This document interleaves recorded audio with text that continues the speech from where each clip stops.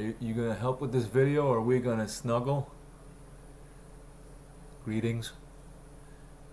Good Friday morning, Friday the 13th. Red Friday, remember everyone deployed. Oh, what are we doing? Just no keyboard. 2022, third decade, 21st century. So the reason for this third video is more or less a question, and it'll probably be rather short. What sort of things do you want to talk about? It can be nerdy, sociopolitical, divisive, I don't care. What sort of things do you actively want to participate in? A while back, Miss Sheila and I did a video where we discussed our real, very real experiences with the COVID pandemic. Up to and including whether or not we had COVID, how it physically affected us, or how it affected us in any way.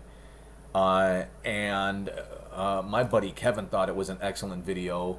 And the only suggestion he said was talk about low testosterone levels in men of our age and how it affects us.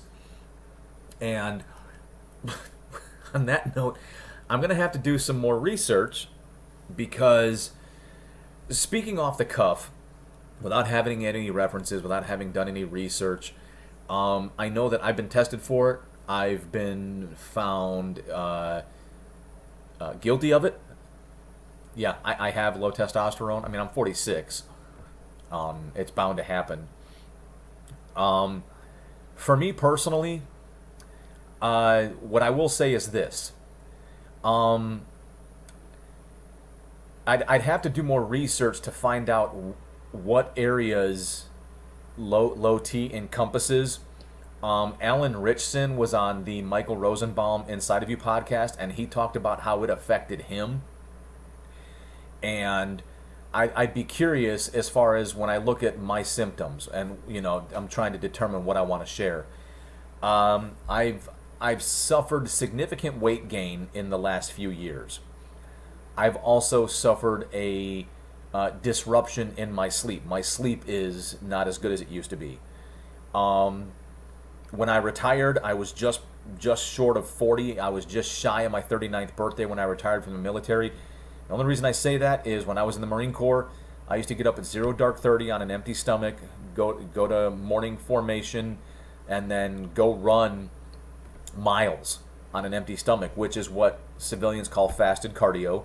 I don't do that anymore, so I don't know if I've suffered the detrimental side effects of that, or if it's a little bit of both, that lack of sleep, low testosterone production levels, or if the low testosterone production levels have also adversely affected my sleeping patterns. Because on active duty, I was right at around 190. And then as of July of last year, I had peaked at 265. At 5'10", 70 inches, I was 265. I was even making videos back then at 250, 260 plus. Ginger, you're such a stinker. Where's your brother Raven? Raven's our black cat. He's got a little tuft of white fur right here, but he's our black cat. Funny story, when we got Raven and Ginger, I was the one that wanted an orange tabby. So we went to this family that had a couple of kittens left from a litter that they were trying to get rid of, and I went there specifically for her. And then they also had this little cat Raven, or this little kitten Raven, who we thought was a girl. Well, once they reached a certain age, we quickly discovered that Raven was not a little girl. Raven was a boy. Anyways,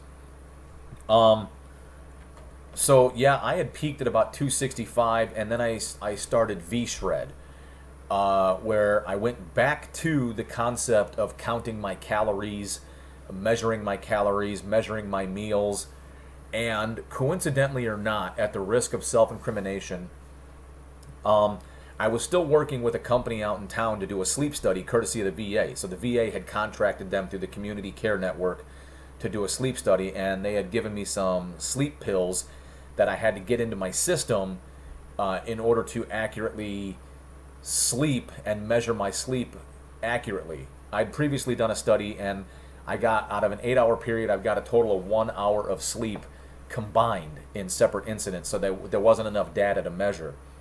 So they needed me completely knocked out.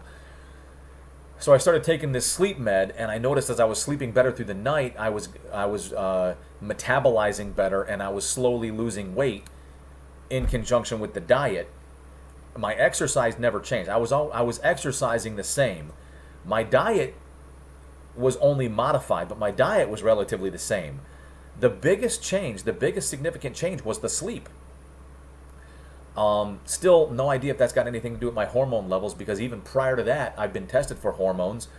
But this whole COVID stuff, trying to get treated for it, trying to get seen by a specialist, I've literally been waiting well over a year due to the reaction and response to COVID. So that kind of goes right back to that video I made with Sheila. Not having done any research, I have an appointment on the 26th of this month to go see an endocrinologist. And hopefully they will enlighten me as to all of the things that low testosterone can have an adverse impact on. Now, to the best of my knowledge, it's not going to improve my organ function. It may help with my skin. It might help with my hair. I truthfully don't know. But in all honesty, I'm not trying to take the stage. I'm not trying to do any body comps. If I can lose weight, if I can get back down to, like, let's just say 200, I managed to get all the way down to about 235 when I had the sleep meds, and then I ran out of sleep meds. And actually my lowest was 234. And then in the last several months, since I've been off the sleep meds, I've sort of balanced somewhere in between 35 and 45. Wow, what is up with my nose? I literally somehow fluctuate within that 10-pound variance. I haven't gone beyond 245, which is great. That's the highest I've peaked. But then I never seem to get below 235. If I'm fortunate, I hover right at around 240. And I'm like, well, okay, I'm still 5'10". All right. You look at guys like Chris Benoit, Chris Jericho that are 5'10", and they're just, bam. I'm not bam. All right. I'm not built like a brick shithouse. So even when I was 190 and I should have looked like a linebacker, I looked thin, but I just carry myself heavy. Well, the weight can also be a detrimental effect on your heart. It can be a detrimental effect on your other internal organs. It can be a detrimental effect on your joints, because at some point in time, your body has a comfort zone. It's got an equilibrium. It's got a balance, if you will. What's the word I'm looking for? Not synergy, but homeostasis. There's this optimal level, this optimum weight in which your body would ideally like to be at. And I found that I was most comfortable right at around 190. I'd absolutely love to get to 190, but even if I can get down to like 200 or just slightly above 200, I think I would see tremendous health benefits. And if hormone replacement therapy can further assist in me getting a good night's sleep, in me, God forbid, I have a positive, mental attitude, better mood, whatever the case may be, and if I do not suffer, but if I do experience weight loss to the point where I get down to a weight that I'd like to maintain, I'm all for it.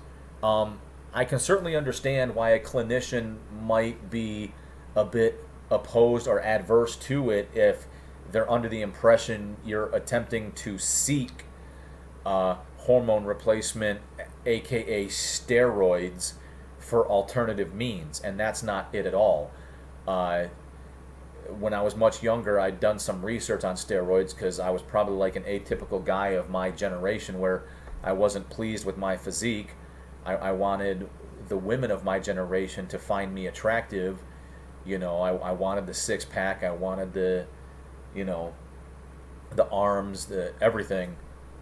And I looked into steroids, and one of the things I found pleasantly surprising is that they can be done safely, especially if they're done in a controlled manner by an expert, by a clinician who's prescribing the appropriate doses based on your individuality.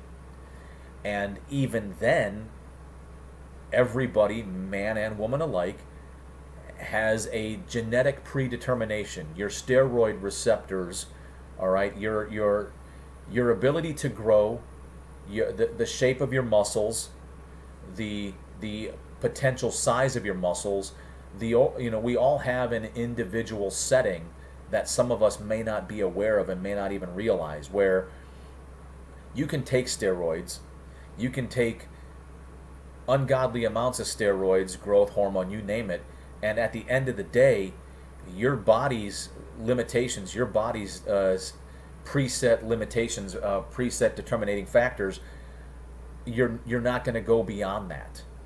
All right, you're not going to have that little bump or bubble that Arnold Schwarzenegger has, that little on his bicep. All right, you might not. You may have a limitation, and I found that fascinating. That regardless of whether or not I got into it, all right, I would have to find the right dosage of the right type that matches me, and even if I did that, and I did it in a safe manner, that at the end of the day, I have a predetermined potential that I will never expand, which is why some people still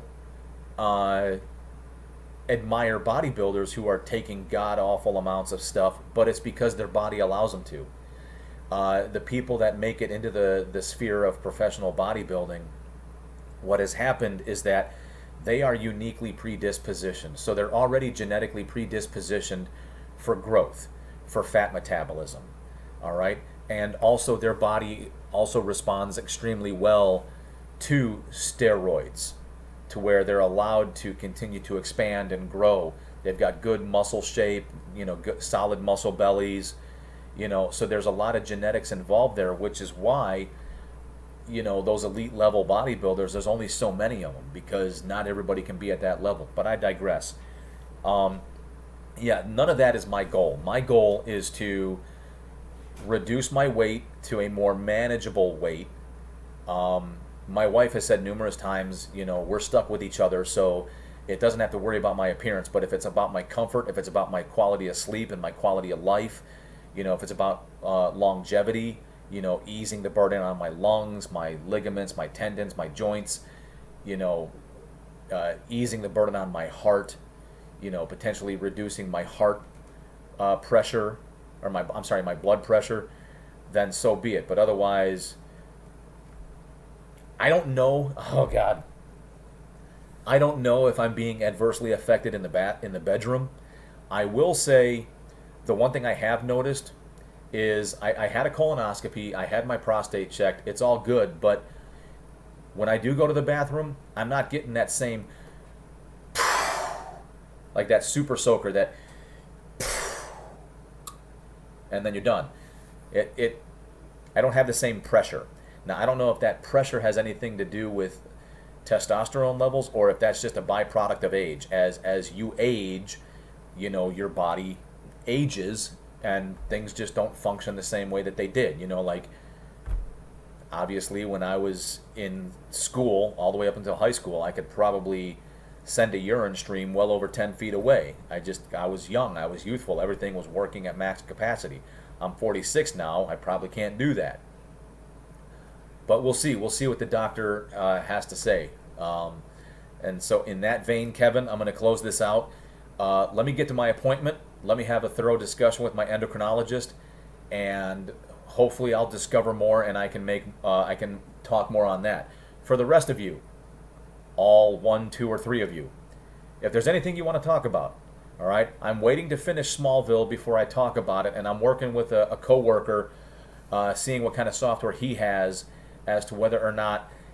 What I'd like to do ultimately is I would like to piece together clips of each episode and then do a full-on montage of each season by episode, like within like between a 2 to 5 minute synopsis, hopefully not to go over an hour, but kind of like give you like a quick rundown just on my personal take, my personal impressions, where you can see the clips, but then down in like the bottom right, bottom left, top right, that you can still see me, but then the images. I've seen other people on YouTube do it, so I'd like to ideally do that, but I'm saving that for when I'm done with my wife and I are done with Smallville.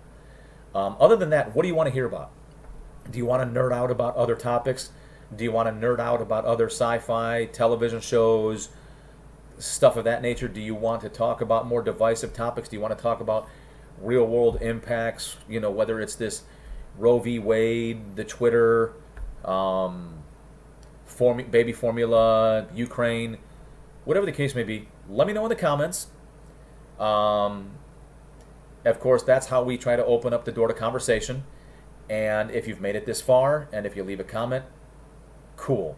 Otherwise, don't really care if you like or subscribe or hit the notification bell. My channel's wildly unpopular as it is. So with that in mind, if you do get involved, if you made it this far, if you leave a comment, you're awesome.